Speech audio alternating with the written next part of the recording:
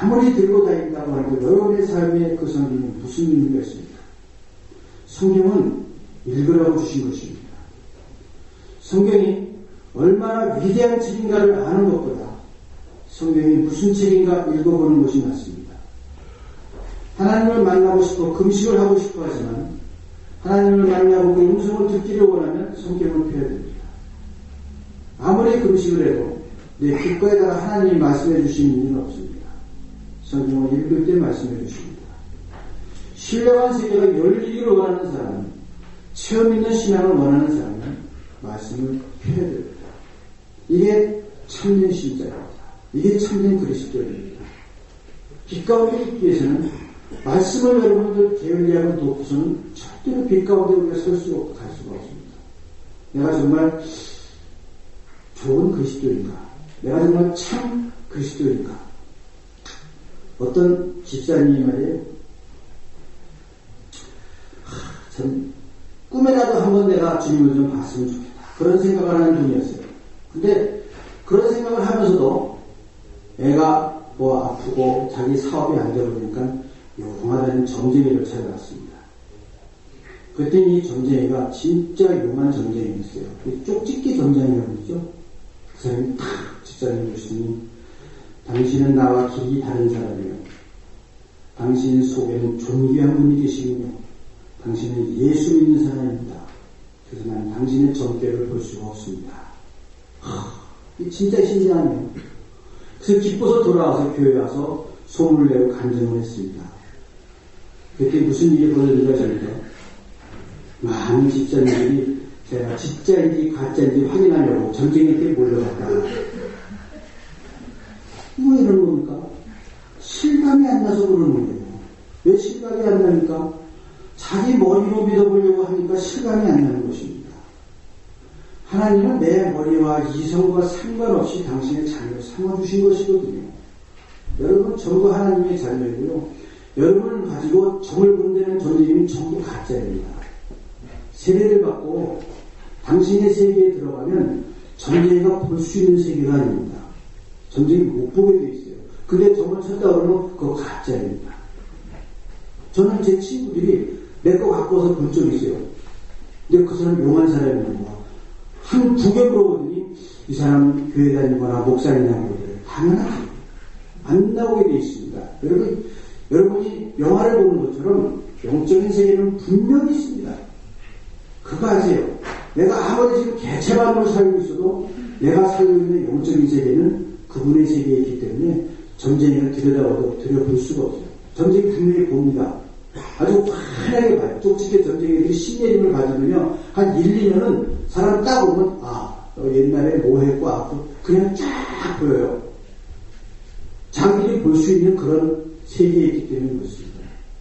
근데 재밌는 거는요. 이 사람이 조금 거짓말해서 좋은 얘기 해주면 돈을 더 주거든요. 그걸 맞들이면 어느 순간 안개처럼 안 보이대요. 안개가 그렇게 보이질 않아요. 얘네 쪽집게 점쟁이를 직접 듣는 얘기예요. 그래서 그거 하다가 나중에 이제 거짓말 자꾸 탄로나잖아요. 그럼 사람들 안 오고. 그래갖고 광주에서 택시 운전수하는 쪽집게 점쟁이들 오는 게 있어요. 더 이상 안 되니까 나중에 택시 운전하더라고요. 근데 그 사람이 하는 게 뭐냐면 그 복지에 맞들이하고 조금씩 거짓말하기 시작하니까 나중엔 안개 낀 것처럼 안 보이더라고요. 이게 점쟁이가 보는 세계예요. 그러나 여러분들은 전부 다 그 사람들이 점쟁이가 볼 수 있는 세계에 있는 사람들이 아닙니다. 그런 하나님의 자녀이고 그런 가운데 있으니까 빛 가운데 걸어가라 이거예요. 그분의 말씀을 보려고 하고 그분의 말씀을 통해서 선한 일들을 할 수 있도록 하라는 얘기입니다. 하나님의 말씀은 이 성경은 하나님의 최종적인 말씀입니다. 거기에 선지자의 음성이 있고 신비한 환상과 꿈으로도 말씀하시지만 그 말씀들, 꿈, 환상 다 불완전한 말씀이에요. 내가 꿈을 보고 환상을 보아도 말씀으로 확인해야 됩니다. 여러분 사도행전 보세요. 베드로가 환상을 봤습니다. 뭘 봤어요? 먹지 말라는 것들이 다 부적에 쌓여서 내려오는 거예요. 다 봤어요. 그러나 그 꿈을 확인시켜주는 것은 말씀입니다. 가서 전하는 말씀을 듣고 깨닫게 됩니다. 그렇기 때문에 이 환상을 최종적으로 확증해주는 것은 여러분들이 들고 있는 기록된 말씀입니다. 아무리 대단한 꿈을 꿨다고 해도 아무리 대단한 음성을 들었다고 해도 그것을 확증해 줄 수 있는 것은 성경의 말씀입니다. 역사 속에서 많은 사람들이 이 성경 때문에 저게 목숨을 걸고 지켰고요. 이 성경 때문에 많은 인생들이 바뀌었습니다. 환상을 보고 세상을 바꾼 사람은 없어도 성경을 읽고 세상을 바꾼 사람들은 많습니다. 성경을 펼쳐보고 있다가 한 사람의 인생이 바뀌었고 세상이 바뀌었습니다. 어거스틴이 그렇게 엉망이었어요. 자기 종하고도 여종하고도 해서 애기도 낳고 엉망이었어요. 성자라고 할 수 있는 그런 삶이었지만 로마서 13장을 집어들고 또한 너희가 이 시대 알고 있는 자가 때가 됐으니 이제 구원의 옷을 입고 빛의 갑옷을 입자. 이 한마디에 그의 인생이 바뀌었습니다. 인생의 통째로 바뀌었어요. 마틴 루터는 로마서 5장을 읽다가 알았습니다. 그러므로 우리가 믿음으로 의롭게 하신 얻었습니다. 주 예수 그리스도로 말미암아 하나님으로 더불어 화평을 맺자. 종교개혁이 시작해서 우리들이 믿는 에반게리시라고 하는 기독교 개신교가 바로 마틴 루터가 로마서 5장을 읽다가 깨달아서 생긴 겁니다. 요한일서는 하루에 3시간씩 말씀을 읽고 기도를 했다고 합니다.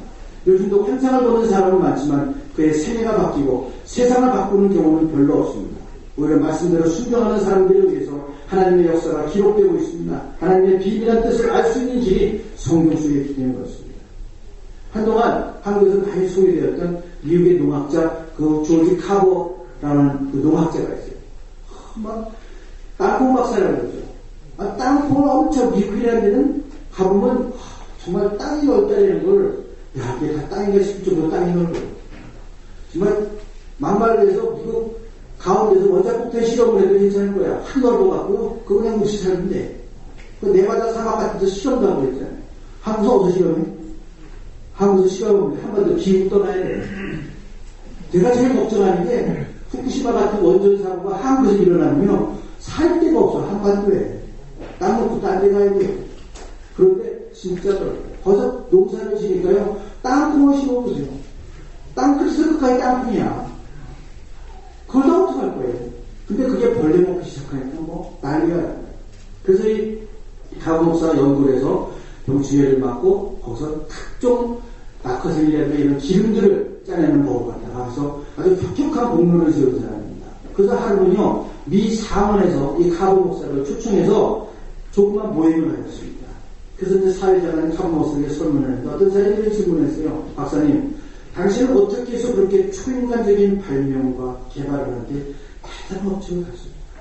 한두 개가 아니거든요. 수십 가지 갖다 발명을 했거든요. 그 말을 듣고 카바와 손에 들고 있는 성경을 높여들면서 모든 주화는 여기에서 나온다고 답변했습니다. 이때 어떤 상원의원이 비웃듯이 얘기했어요. 아니 박사님, 낙하새 기름 짜는 것도 성경에 있습니까?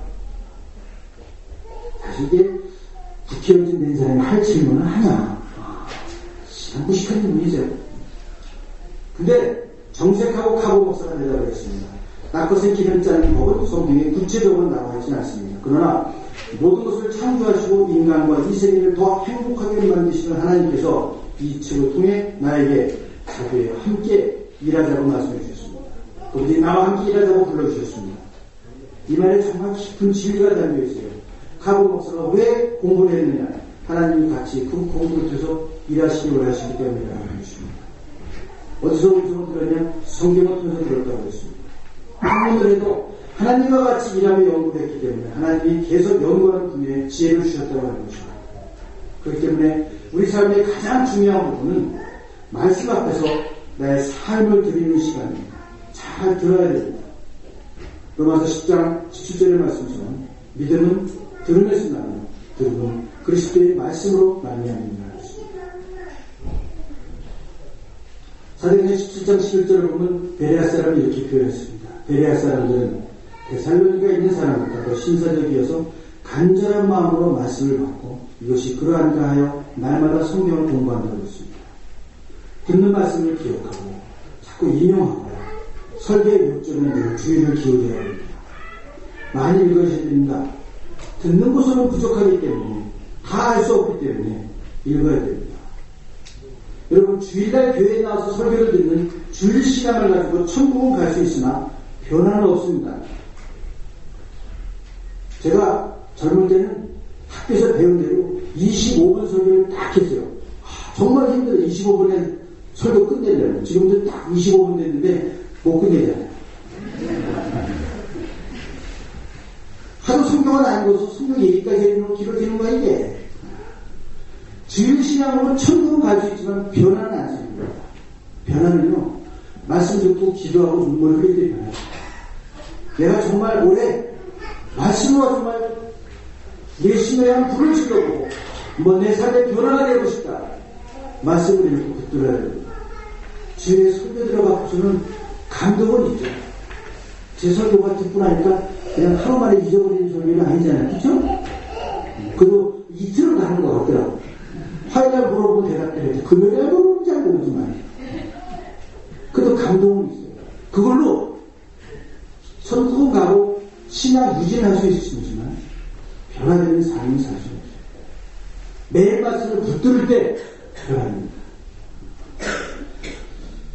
주일 설교마저 집중해서 듣지 않는다고 더 말할 것도 없습니다. 저희 교회는 분위기가 이래갖고 사실 뭐 한눈을 팔 수가 없어요. 뭐 저 피해서 숨을 기둥도 없고. 근데 어떤 분들 보면은 앞사람 머리 등수에 숨어갖고 딴 생각하는 분들이 있거든요. 설교 한 30분을 안 돼 벌써 세계 일주도 하고 한국 갔다 왔어요. 그러면 설교 들을 수가 있어요. 자, 그리고 그 성경 말씀을 깊이 묵상하셔야 됩니다.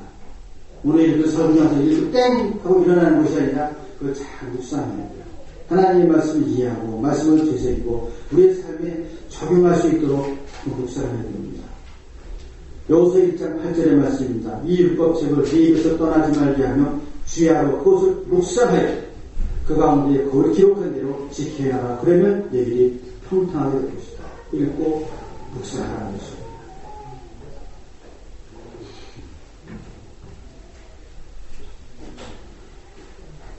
이제 한 해가 달려갈 길이 남았습니다.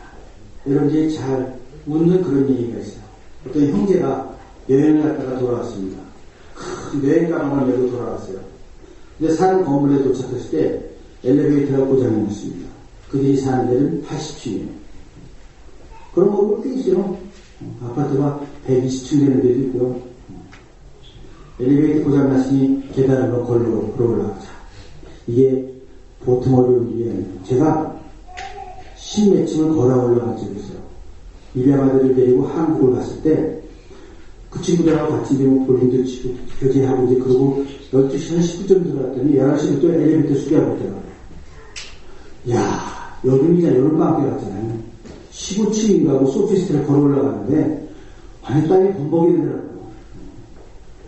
80층이에요. 걸어 올라가요. 힘들었어요. 20층까지 올라갔을 때 형이 다시 동생에게 말했습니다. 야, 가방이 너무 무겁다. 여기 내려놓고 가자. 일단 집에 올라갔다가 내일 내려가서 다시 가져가자. 그 가방 20층 앞에 내려놓고 동생도 그런 게 좋겠다 그래서 여행 가고 20층에 놓고 계속 위로 올라갔습니다. 40층에 도착했을 때 동생이 형을 원망하기 시작했습니다. 그 티격태격 싸우면서 60층까지 올라갔습니다. 이제 지친 형이 동생에게 말했습니다. 야, 이제 20층밖에 안 남았으니까 좀 그만 싸우고 조용히 올라가자. 마침내 80층 집 문 앞에 도착했습니다.